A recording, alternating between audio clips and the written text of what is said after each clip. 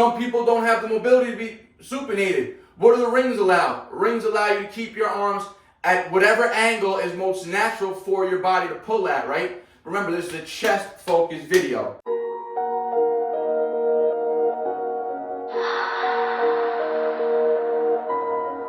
None of y'all stopping me, don't need the axe. Chopping trees, planting seeds, plotting schemes, crossing lines, dotting T's. Lines are blurred, I cannot see. Before I die, I'm top 3. Before I die, I'm top 3. Before I die, look, this is the moment I waited. I took all my options and weighed them. This is lock. Yes. What's going on, YouTube? You're back with the Prez. We're in the home gym today. In today's video, I'm going to be talking to you guys about building a chest, specifically with calisthenic and body weight exercises. Now, most people think when it comes to training chest, in order to build a big chest, they think they have to do bench pressing, cable work, dumbbell work. Remember, we're talking about calisthenics, and I teach you guys how to build a physique using just your body weight, right? So I'm going to do exactly that today with this chest tutorial. So when it comes to building a chest, you got to remember two things. One, the function of the chest itself, right? Remember, every muscle action has two parts of it, right? We have an eccentric portion of a repetition, and we have a concentric portion of a repetition. And if you want to be more specific, there's 3 portions of a rep, which is the isometric contraction portion of the repetition, right? But most people, when actually doing reps, they don't actually isometrically hold in any portion of the rep. They just go through the motion, eccentrically loading, and then concentrically contracting, right? Now, when it comes to building a chest, like I said, there's 2 things you got to remember. The function of the chest.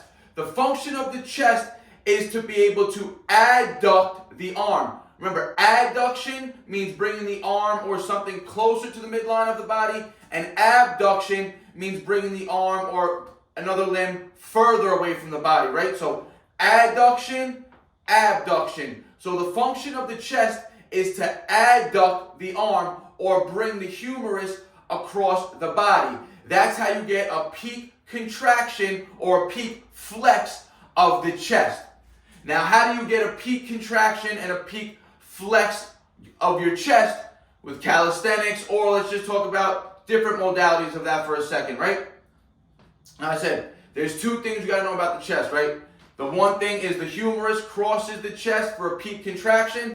And the second thing you guys need to know about the actions of the chest is that it's just like any other muscle. In order to build it, we have to focus on progressive overload, right? Now, progressive overload, that could be more repetitions, it could be more sets, it could be more load of a given exercise. Those are the key principles of building a muscle. So, now that we know the functions of the chest, which is bring the arm across the body or adduct the arm, and now we know that we have to progressively overload over time in order to continuously build muscle, we can combine these 2 facts and select the best exercises to do so. Okay, so what's better? Should you train chest on the rings? Should you train chest on the bars? Should you train chest on the floor doing your push-ups? Now remember, what did I just tell you guys? The function of the chest, to get peak contraction, you want to be able to adduct the arm across the body. Now think about doing regular bench press.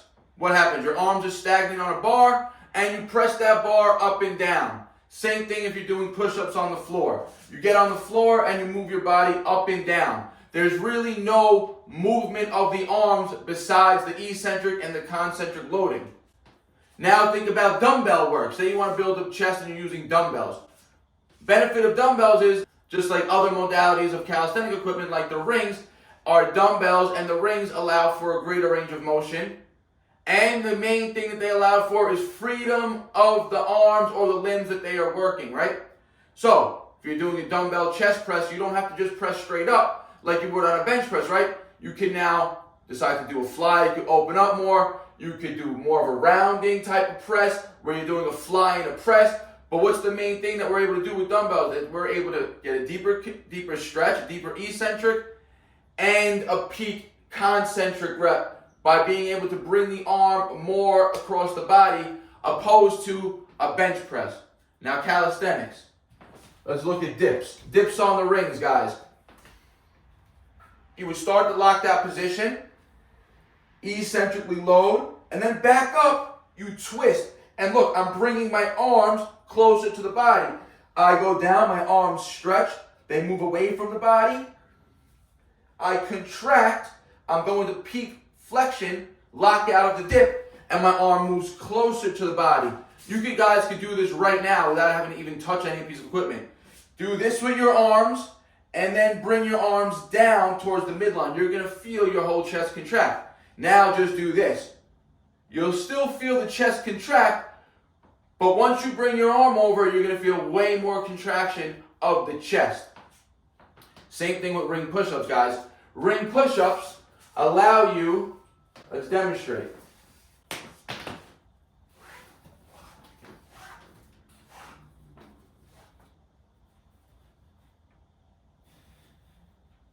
Keep them a little higher right now.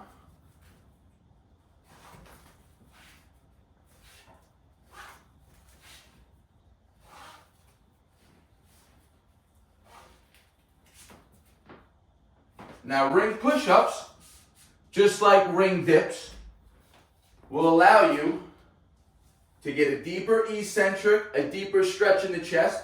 And then when you come up, look, I could bring my arms, my hands together, the same way you would be able to make dumbbells meet if you're doing a chest press or a chest fly.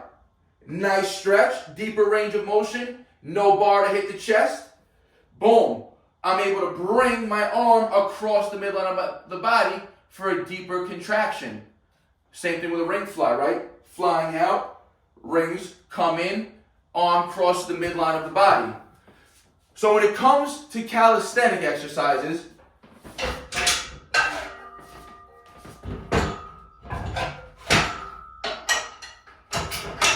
you got two options.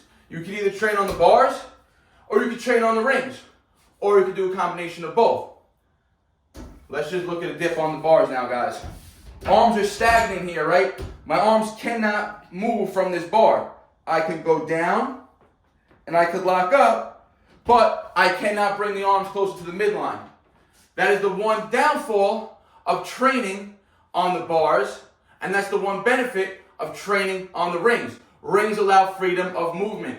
Same thing when it comes to pulling, pull-ups. Some people don't like to be pronated. Some people don't have the mobility to be supinated. What do the rings allow? Rings allow you to keep your arms at whatever angle is most natural for your body to pull at, right? Remember, this is a chest-focused video.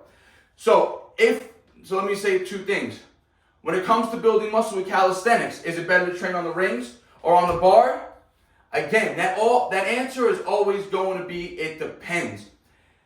If your goal is overall muscle growth and you're training primarily with just your body weight and not much added load, 99% of the time the rings are going to be your best friend or going to give you more bang for your buck. Why? Because they're going to allow you to get deeper ranges of motion and they're going to allow you to get better peak contractions by allowing you to move the limbs freely and allow the muscle action do what the muscle action is supposed to do for peak contraction, which in the terms of chest is to adduct the arm or bring the arm across the body. You cannot do that with dips. You cannot do that with push-ups on the floor. Now, one downfall of the rings is that you will not be able to load them up as much as you would be able to load up a more stable surface. Because remember, the rings are always going to add an element of instability to the exercise. As you get better and better on the rings, your body's going to get better and better on the rings as well. You're going to shake less. It's going to become more fluid and more stable of a movement every time you get on the rings. But as you start to increase load, which again, you can always increase load on the rings. Remember, progressive overload is the main factor besides being able to actually make the muscle do the actual action that it's work.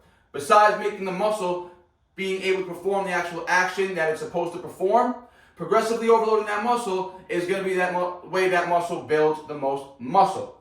So, you can always progressively overload on the rings. You can always add load to your body.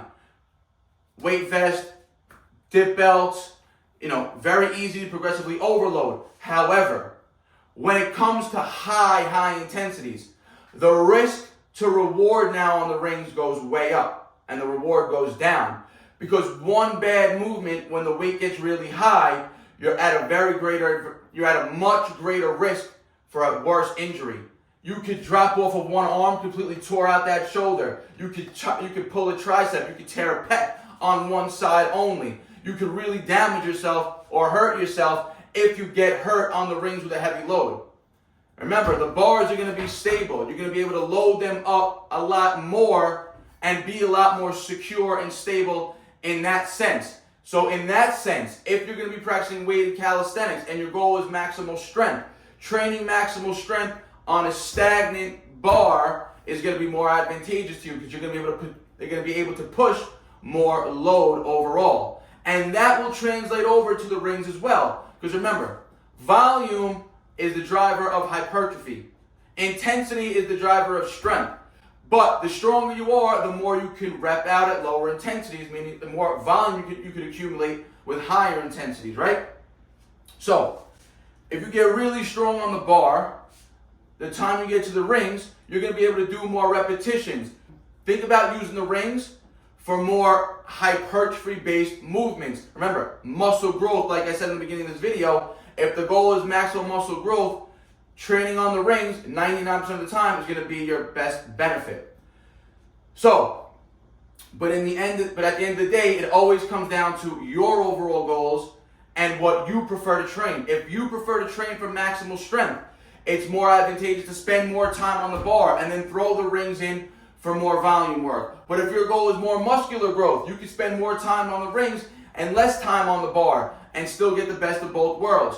Or you can combine them both into one training session and really get the best benefit. And the way I would do it is I would start my sessions with heavy weighted dips on a stagnant bar. Really get that intensity up. Fire up the nervous system. Get your body used to handling max loads. Then as you finish off with the heavy weight on the dip bars, you can move to the rings, add in more volume. I would do very low volume, very high weight on the stagnant bars, and then I would obviously lower the weight or even drop to body weight on the rings, and then I would start really working on that mind-muscle connection because you're going to be able to get a great mind-muscle connection on the rings, similar to being able to do similar to a mind-muscle connection you would get when using a cable or a dumbbell. Remember, if someone's in the gym and they're pressing max bench, if they're training chest, they're going to be able to load up a barbell and bench press a lot more than they would be able to load up dumbbells and rep out dumbbell work. Remember, dumbbells, again, they're going to add an element of instability, and you're not going to be able to, and you won't be as secure and stable to push max intensities as you would as if you were on a bench pressing. But most bodybuilders will tell you if you want to build more muscle, it's more advantageous to do dumbbell work, again, for the added range of motion and the peak contraction. So it all depends on what your overall goal is. If the goal is overall strength, spend more time on the bar. If the goal is muscle growth, spend more time on the rings. And again, guys, you don't have to do many exercises. Ring dips, ring push-ups, ring flies. And again, all of those exercises can be loaded up. They just won't be able to be loaded up as much as you would be able to load up on a stagnant bar. Progressively overload the movement, get that peak contraction, start feeling the muscles eccentrically stretch, and then feel the muscles contract and at that peak when the arm crosses the body, and isometrically hold there and squeeze. Then you're going to get all three actions of the muscle in one repetition, and you'll be able to get a lot of repetitions and volume in when using the rings. And again, all depends on your goals, guys, but I hope this video gave you a little insight as to the best way to go about building a bigger and more muscular chest with only calisthenics, right? Remember, like I said, the goal of this channel was to teach you guys from day one how to build an aesthetic and strong physique just using calisthenics and your body weight. So here's a chest-only version and teach you guys how to literally train the chest the most effective way with just calisthenics. If you have a question, guys, leave it in the comment section. I'll always get back to you. Like the video, it helps the algorithm out. Share this with your friends and your family. If you're not subscribed yet, hit that subscribe button. Let's keep this channel growing. And like always, guys, peace out. BARNATURALS.